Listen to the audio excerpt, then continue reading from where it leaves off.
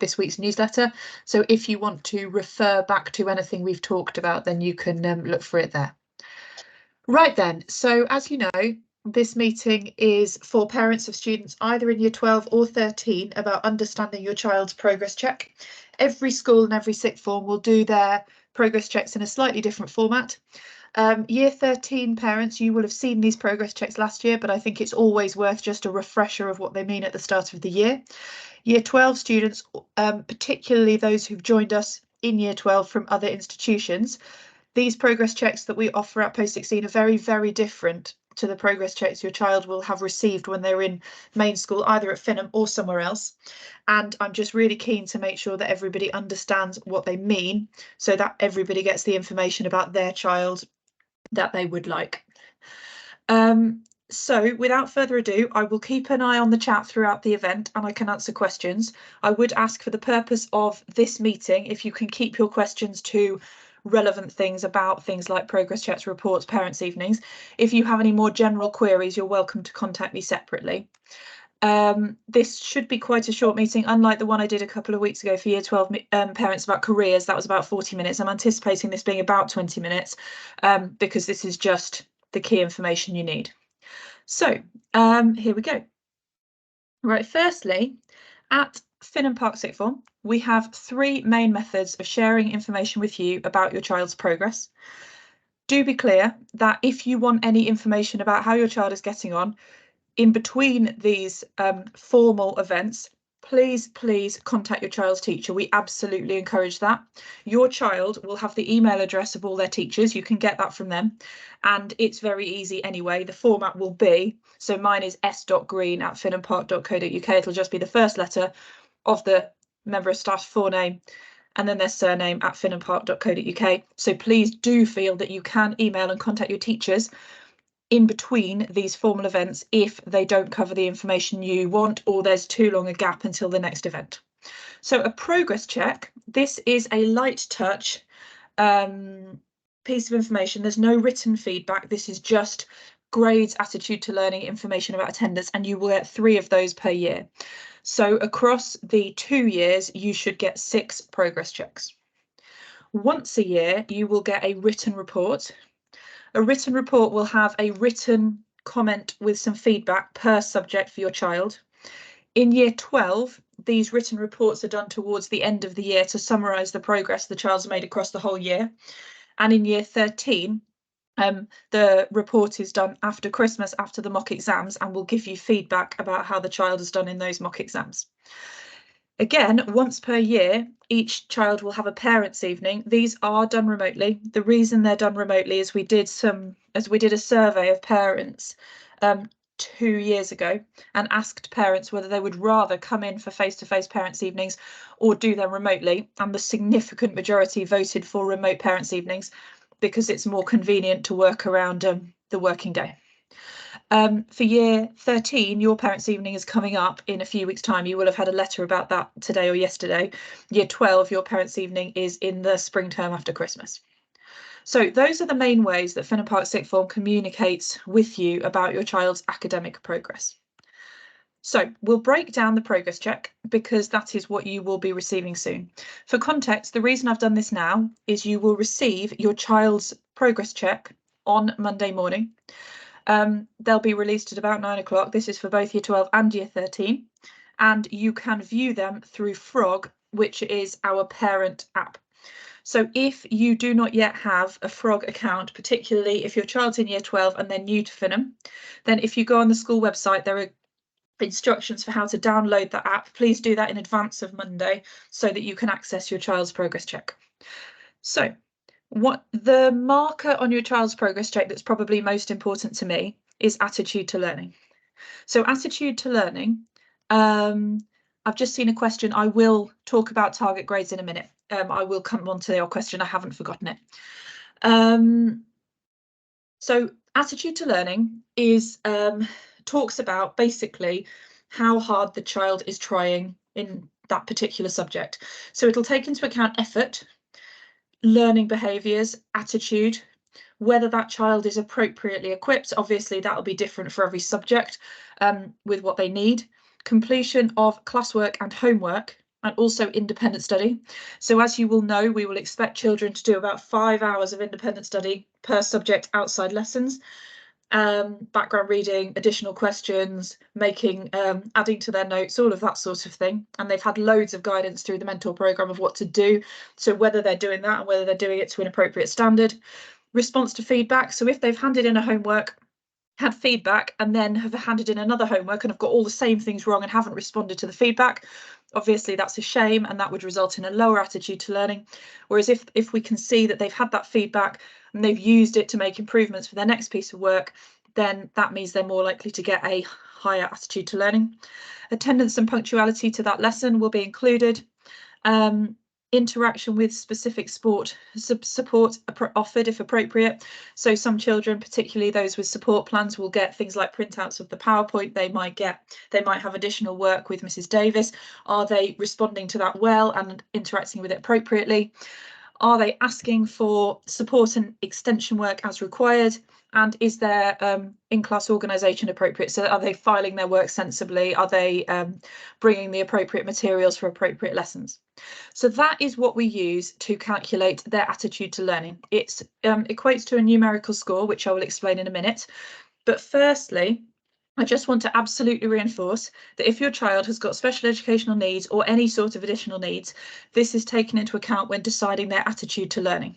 So if your child has a specific need, which means that they can't, for example, make notes in the traditional way, they won't be penalised for that, for their attitude to learning, because their support plan will recognise that. So if you're sat there feeling concerned, thinking, this isn't fair, my child can't do that, don't worry, we will take that into account. All of their teachers have their support plans and so on and so forth. So in terms of what the attitude to learning actually looks like, it's a numerical score with 4 being the highest and 1 the lowest. So if your child gets an attitude to learning of 4 in a subject, that means they are going above and beyond in that subject. For context, getting an attitude to learning of a 4 is rare, and that will only be awarded if your student is doing everything expected of them and more. Most students will get 2s or 3s, whereby a 3 is they're doing what's expected of them. A 3 is great. If your child gets an attitude to learning of a 3, that's brilliant. The teacher is happy that that child is doing what's expected of them. If they get a 2, they're not fulfilling expectations. There is a problem. And then if you get a 1, if a child gets a 1 in a lesson, that is a serious problem. That means the child is absolutely not doing what they're meant to be doing. They're not following instructions. They're not doing their work. Firstly, ATLs of a 1 are almost unheard of. I think last academic year, there were 3 students who got a 1 in any progress check at all. I think there were probably 4 awarded across the whole year with every progress check. And secondly, if your child has been given an attitude to learning of a 1, this shouldn't be a surprise to you. That teacher should already have been in communication with you to talk to you about any concerns they have about that child. If your child gets an attitude to learning of a 1, particularly if you weren't expecting it, I strongly recommend you contact the teacher to have a conversation about why it's been given, because if they've got an attitude to learning of a 1, that is a serious problem. As I said, most children will get a 3 or a 2. 3, great. 2, they need to be working harder. And if they get a 4, that's just amazing. Really, really celebrate that, because it means they are going so far above and beyond. Right then, the next thing you'll see on your child's progress check is their attendance. This will be split into 2 different figures. Overall attendance and then attendance to mentor period. So overall attendance takes into account all the time between 8:45 and 3:15, or if your child is in year 13 and has home study status in the afternoon, all the time that they are timetabled to be on site, and it'll just give you a percentage of the amount of time they've been in. Attendance to mentor period only looks at the time between 8:45 and 9:15. So that's the time in the morning when students are with their mentor. This isn't so much of a problem anymore, but a couple of years ago, we had a group of students who like to miss mentors so they could have a bit more time in bed and would come in at 9:15. That was a serious problem because we deliver all of our careers support through that mentor programme, all of our PSHRE. There's a load of statutory PSHRE we have to deliver. There's statutory religious studies, study skills, all of that sort of stuff, life skills, and we deliver all of that through the mentor period. So we think it's interesting for you to know if your child is missing mentor period, because that means they're routinely late to school. So that figure is given to you separately. And for your information, If you've agreed an absence for something like work experience or a religious observance day, say for example if your child took a day for Diwali or Eid or something like that, and that was agreed with the school, that doesn't count as that doesn't affect your attendance. Let me be clear, you do need to let us know. If your child just didn't come on that day because they were, for example, celebrating Diwali, then we can't authorise that. But if they've contacted us in advance, then we can, and that won't affect attendance. We ask students to aim for about 95% attendance, but it's worth noting that because we've only actually had 10 school weeks, each day is only about 3%. So if your child has had an episode of flu or something, their attendance will be lower, and you shouldn't worry too much about that. Right then, the next thing you'll see are target grades. I know, I can't remember who it was, somebody asked a question in the chat about target grades. Target grades are calculated differently in the sixth form. They are calculated using what's called L3VA, that stands for Level 3 Value Added, and is a government measure. It's based on their GCSE outcomes. These are targets generated based on GCSE outcomes and sent to the school. The way that works is the government basically look at everybody doing their subjects. So if they study A-level history, they'll look at everyone in the country who studies A-level history. They'll look at how all of them did in their GCSEs, and they'll work out typically if they got a certain set of grades in their GCSEs, what would they be expected to get in A-level history, looking at the whole country, and that'll be sent to us as a target. Obviously, we recognise that students cannot all be just tarred with the same brush across the whole country, so we then look at each target on a case-by-case basis and make tweaks if needed. So for each subject, your child will have a target grade. To be clear, that target is an end of year 13 target. So if your child is in year 12, we're not expecting them to reach that target by the end of this year. They have got 2 years to work towards that target. If your child is in year 13, you will know what the targets are because they will have had them at the start of year 12. So that will be the same for you. Okay, so that's the target grade. Now, this is a picture of what the progress check will look like. It's in a full sheet with lots of explanation, but just to explain to you what all the different columns mean. The first column, that's self-explanatory, tells you the subject. The second column is the target grade for the end of year 13, which I've just explained to you. Now, the next two grades are the ones you might find confusing. A working at grade is the really important one at this stage. The working at grade tells you what grade the student is working at based only on the work they've done so far. So if your child is in year 12, they've only been studying A-levels for 10 weeks. They've only studied a very, very small proportion of the A-level course. This is a year 12 example, and you can see this student in biology, they've obviously done really, really well in the work so far. In chemistry, less so, and in psychology, they've done really well. I'm looking at the working at grade column, and that tells you that over the last 10 weeks, that child has got an A in their biology work, an E in their chemistry work, and a B in their psychology work. That grade will take into account assessments. They're likely to have done 2 assessments by now, homeworks, anything like assessed homeworks or coursework, and classwork, so everything will be taken into account. So tell them not to panic if they've had 1 bad assessment or 1 bad homework. Course grade, this is probably more important for year 13 at this stage. Course grade tells you if they took the exam today, what they would get. If your child is in year 12, clearly the course grade at this stage will be a U or an E because they've just not covered enough content.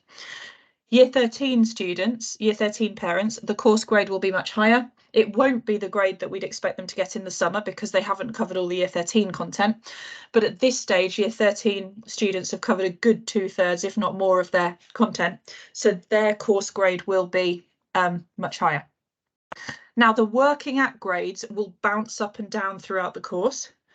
And there will be times those working at grades will drop. If a student, for example, has a bad few weeks, they find some topics really hard, the working at grades may go down.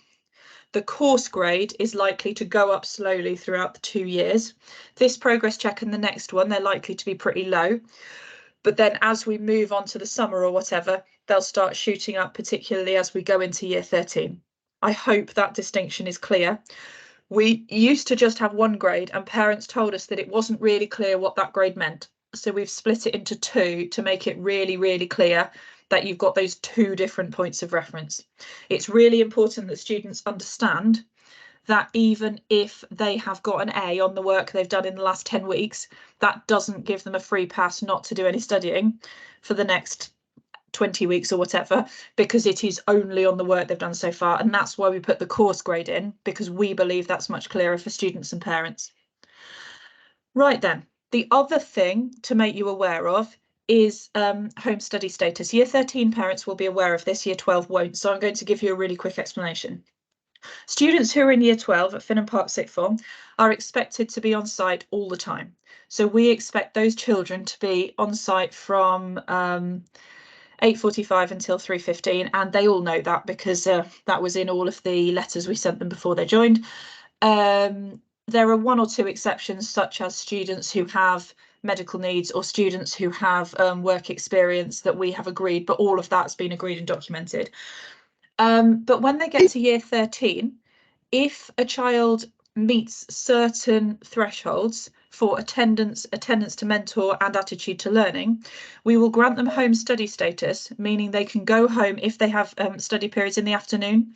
We insist, and this is learnt from experience, we insist that students in year 13 are in school every morning. That means they can see their mentor and get that support. It also means that we've got them up and out of bed and we know they are studying. But at lunchtime, if they have home study status, they can study from home if they don't have lessons. So the things that we want them to achieve, we change this slightly throughout the year. So in an ideal world, we will want them to achieve 95% attendance, 95% attendance to mentor, and an average attitude to learning of 3.3. You will see from the year 13 progress check that we dropped the attendance at this stage to 91%. That is in recognition of the fact that because each day counts for 3%, if a student has had something like about a flu or whatever, we don't want to penalise them for that. So each progress check, we look at where the students are and we make a decision. But either way, they will have, where you see target, that'll tell you what they're aiming for, and then the value they have got. And if they've met those criteria in year 13, it'll say yes for home study status granted. Year 12, because they're not entitled to home study status, whether they've met the criteria will just say NA, but we think it's useful for you as parents to see whether they would meet it. It's also a really good incentive for the students because lots of them are really keen on having home study. It's a really good incentive for them to work on their attendance and attitude to learning because it motivates them. And it's important that students understand at this stage that the attendance that they do in year 12 and the attitude they show in year 12 will influence whether they're given that study status in year 13. So please do sit down with your child and have a conversation about this to reinforce with them that what they're doing now will affect year 13. On the subject of that, for year 12 parents, if your child is planning to apply to something like university or an apprenticeship after year 13, the school will have to predict them grades, and it's really important they understand the work they do now and the assessments they're doing now will be taken into account when we predict those grades. So all these progress checks and the information is crucial even for students in year 12. Right then. That's the progress check. That's a summary of what it all means. Hopefully you feel really, really well equipped now to talk that through with your child.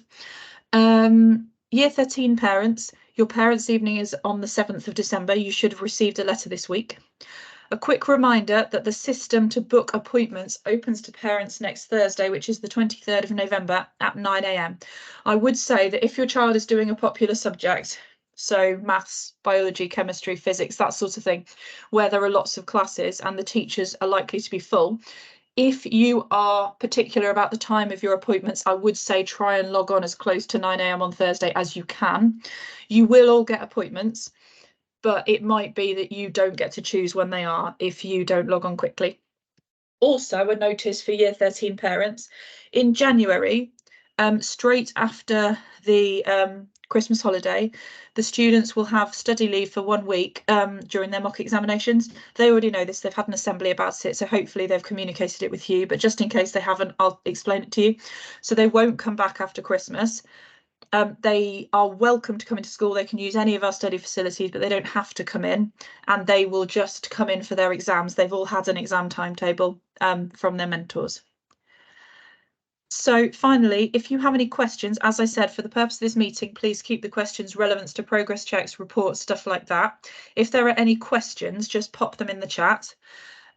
This meeting has been recorded. I will send the link out, so if you forget any of it or you want to listen to it again with your child, you can do that. And please do support the school. Please, when your child receives this progress check on Monday, sit down with them, talk through what it all means. If they're not happy with the grades or the attitude to learning, talk to them about why that might be and what they need to do to improve. We will also have those conversations, but in our experience, it's so much more powerful if home and school are having the same conversation. Right then, I'm going to leave it there, but if there are any questions, pop them in the chat and I'll answer them now.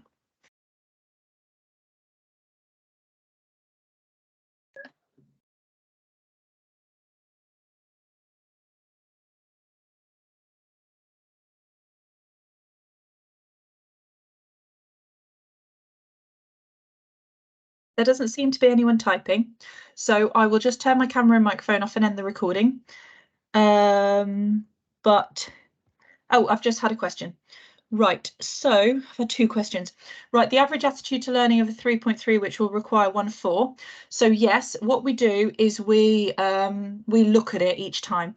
So the 3.3, that was a particular progress check where the students had done really well. If hardly anyone's got a 4, then we will put that down to a 3. So last year we put them down to a 3 and we asked for an average of 3. I would say the minimum attitude to learning we're going to ask for is a 3, an average of 3. So don't worry too much about that. The question about if your child has just joined, yes, you will get a progress check. I can't guarantee it will have all of that level of information on. I know who your child is and they've just joined. I'll liaise with their teachers to make sure that you have some information. But if you don't get the information that you need, what I'll do is I'll make sure that teachers contact you in a few weeks when they've got a bit more information. Predicted grades. Yes, they are in part based on the mock exams. So predicted grades are based on everything a child does throughout year 12. So they will do a number of assessments, including the mock exam. They will also do lots of homework, coursework, assessed homeworks, classwork. What is not the case is if they've done really well in their mock exam, but very poorly in all their other assessments, we won't forget those other assessments. We'll take everything into account. So yes, they are partly based on the mock exam, but that's not the whole story. Yes, I will. I've got the recording ready to send out, so I will send that out. Don't worry, I'll do it tomorrow with my bulletin. Cool. Is there anything else?